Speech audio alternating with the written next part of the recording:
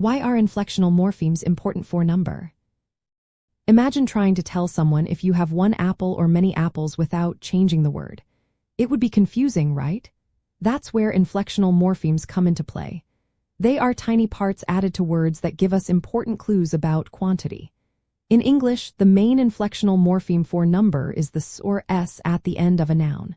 When you add s to dog, it becomes dogs, showing there are more than one. This small change helps us understand whether we're talking about a single item or many. Inflectional morphemes are like grammatical signals that keep our sentences clear. They modify the form of a word while keeping its core meaning intact.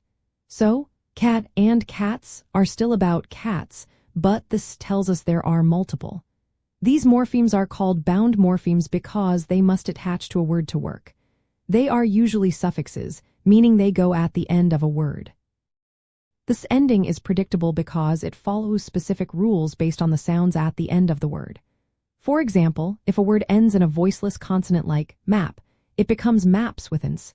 If it ends in a voiced sound like dog, it becomes dogs with a z sound. When a word ends in certain sounds like box, the s is added, making boxes. These variations are called allomorphs, different forms of the same morpheme based on pronunciation. Using these morphemes makes communication much easier. Without them, sentences could be confusing. Think about the difference between the student finished the work and the students finished the work. The sans students shows more than one person did the work. This small change makes a big difference in meaning. It helps us understand who or what is involved. Whether we are talking about everyday conversations or formal writing, marking number with these morphemes keeps things clear. English inherited this system from older Germanic languages, where inflectional morphemes helped show relationships between words. Over time, English has simplified some of these endings but kept the core system for marking number.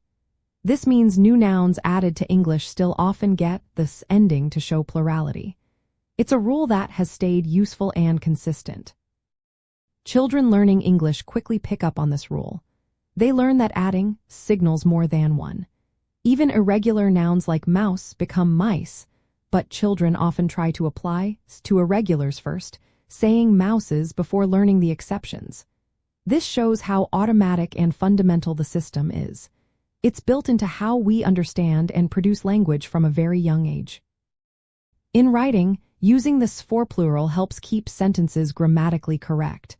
When a noun is plural, the verb often changes too.